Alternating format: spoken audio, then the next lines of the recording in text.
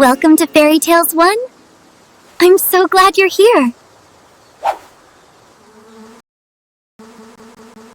Hello, little starlights, and welcome back to our cozy corner of the world.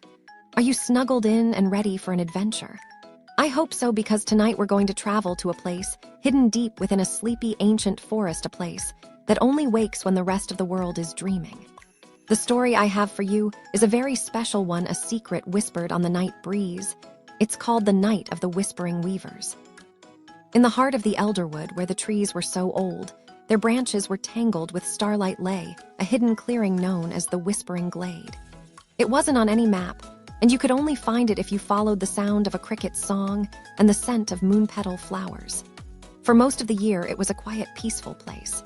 But on one night, the night of the fading moon, it became the busiest, most magical place in the entire world. This was the night of the Whispering Weavers, and for a little dormouse named Pip, it was his very first time. Pip's heart beat a little drum against his ribs. He peeked out from behind a large mossy stone, his whiskers twitching with a mix of fear and excitement. All around him, the creatures of the night were gathering. There were badgers with their wise, striped faces, foxes with tails like fiery comets, and families of rabbits with noses that wiggled in unison. But they were not the weavers. They were the audience, the guardians. The weavers were special. A tiny, brilliant light bobbed in front of Pip's nose. "Ready, Pip," chirped the light. It was Flicker, a firefly whose glow was warmer and friendlier than any other. I think so," squeaked Pip. "It's just so many creatures and the moon, she looks so tired tonight." Pip looked up. High above the moon was just a pale, thin sliver, like a half-forgotten smile in the vast, dark sky. Her light was weak, barely strong enough to cast shadows. "That's why we're here," Flicker buzzed softly. "She gives us her light all year, helping seeds to sprout and guiding lost travelers. Tonight we give some of that light back." Just then a hush fell over the glade. From the tallest branch of the oldest oak tree, a great horned owl swooped down, landing silently on a flat, moon-dappled rock in the center of the clearing. This was Alara, the keeper of the ceremony. Her eyes were like pools of liquid gold. "Welcome," she hooted, her voice a low, gentle melody that seemed to resonate in the very ground. "The moon is weary. The sky is dark. The time has come. Let the gathering of light begin." On her cue, a silent, graceful fleet took to the air. It was the Luna moths. Their wings, as wide as Pip's two paws, weren't white but a shimmering, ethereal silver. They flew in a slow, swirling dance higher and higher towards the faint crescent moon. As they danced, they did something incredible.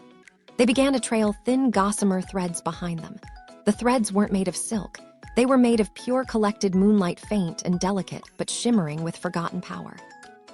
They gathered every last wisp of light, every pale beam, and spun it into these beautiful, fragile strands. Pip watched, his mouth a perfect little O of amazement. The moths flew back down to the glade, draping their shimmering threads across the low branches of the trees, turning the clearing into a loom of soft light. "Now," hooted Alara, "the weavers." And then they came. Descending from the branches on threads of their own, so fine they were nearly invisible, came the spiders. Not the small, scurrying kind from the corner of the shed, but the great orb weavers, the garden spiders and the ancient wolf spiders. Their legs moved with a purpose and a skill that was mesmerizing. They were the master artisans of the forest. Working in perfect silence, they moved to the threads of moonlight. With nimble legs, they began to weave. They didn't speak or call to one another, but they moved as one, their knowledge passed down through countless generations. They pulled and looped, twisted and tied. Slowly, miraculously, a great tapestry began to form in the center of the glade. It wasn't a solid blanket, but a delicate, intricate net, like the most perfect spider web ever spun, but 100 times larger. And with every thread, the spiders wove the net seemed to capture and amplify the faint light, glowing with a soft, pulsing energy of its own. Pip could feel a gentle warmth coming from it. He was so captivated that he didn't notice the wind at first. It started as a whisper rustling the leaves at the edge of the clearing. But then it grew stronger, a mischievous gust that swept through the glade. The precious moonlight threads billowed and trembled. The nearly finished net rippled dangerously. A collective gasp went through the crowd. If the net tore, the ceremony would fail. The moon would remain dim, and the forest would face a long, dark season. "Hold fast," boomed Alara.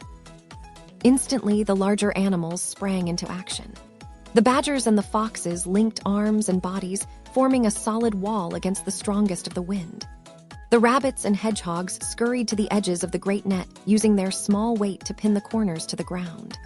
But the wind was clever. It swirled and eddied, finding a gap, and lifting the center of the net high into the air, making it flap like a wild sail. One of the main anchor threads tied to a low-hanging branch began to fray under the strain. Pip saw it. His heart, which had been drumming, now felt like it was trying to leap out of his chest. The spiders were too busy in the center to notice their focus entirely on their weaving. Alara was directing the windbreak.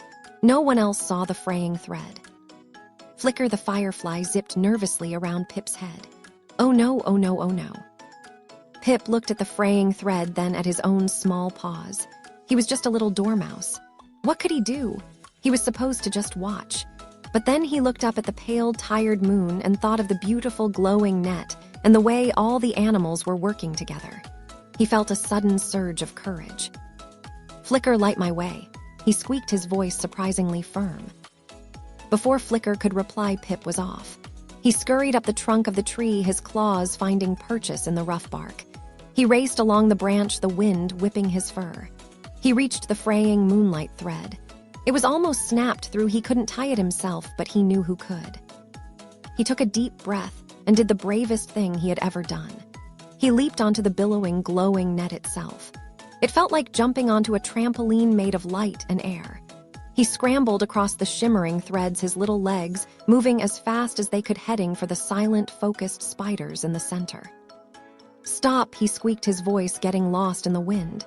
He tried again, louder. "Stop the anchor thread, it's breaking." One of the largest spiders, an ancient weaver with legs like polished ebony, paused. It turned its many eyes towards Pip. It saw the panic and honesty in his face.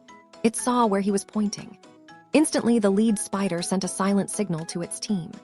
Two of the weavers abandoned their central pattern and scurried with incredible speed towards the fraying thread. In seconds, they had wrapped it with dozens of their own strong, sticky threads, reinforcing it and securing it tightly to the branch. The net settled.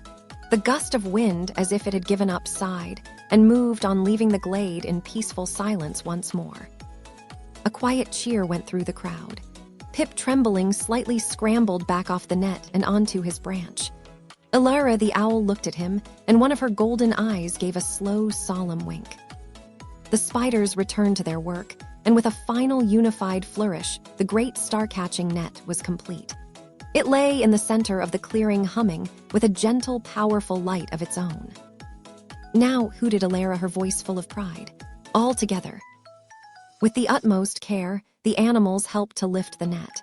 The foxes and badgers took the corners, the moths fluttered underneath to give it lift, and every creature helped in their own way.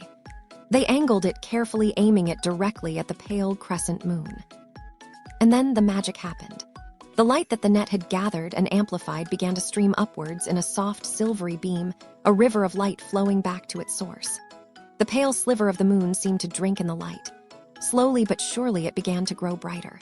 The thin crescent swelled, becoming a brilliant half-moon, and then a gleaming, perfect full circle of light, bathing the entire forest in a beautiful, gentle glow. It was brighter and clearer than it had been in a very long time. The ceremony was a success. As the animals watched in awe, the bright, happy moon gave a gift in return. Tiny, sparkling motes of light began to drift down from the sky like soft, glittering snow. They were starlight seeds. Wherever they landed, a new moon petal flower would grow, or an old tree would feel its strength renewed. It was the moon's way of saying thank you. Pip stood beside Flicker, watching the glowing seeds drift down around them. He was no longer afraid. He felt a quiet pride swell in his chest. He hadn't just watched tonight. He had been a part of it. He was a small creature, yes, but he had helped save something big and beautiful. He looked up at the full, brilliant moon, and he was sure that it was smiling right back at him. And with that, our adventure for tonight comes to a gentle close. Pip the Dormouse learned that even the smallest creature can help create the biggest magic as long as they have a brave heart. And perhaps the next time you look up at the full moon, you'll think of the whispering weavers and the secret, wonderful work they do. If this story lit up your imagination, a little like shines just as brightly for us, letting us know we've shared a moment of wonder. And if you subscribe, you'll be sure to find your way back to our cozy corner for the next adventure. Until then, sleep well and have the sweetest of dreams. See you again, and do like, share, and subscribe the channel. Fairy Tale.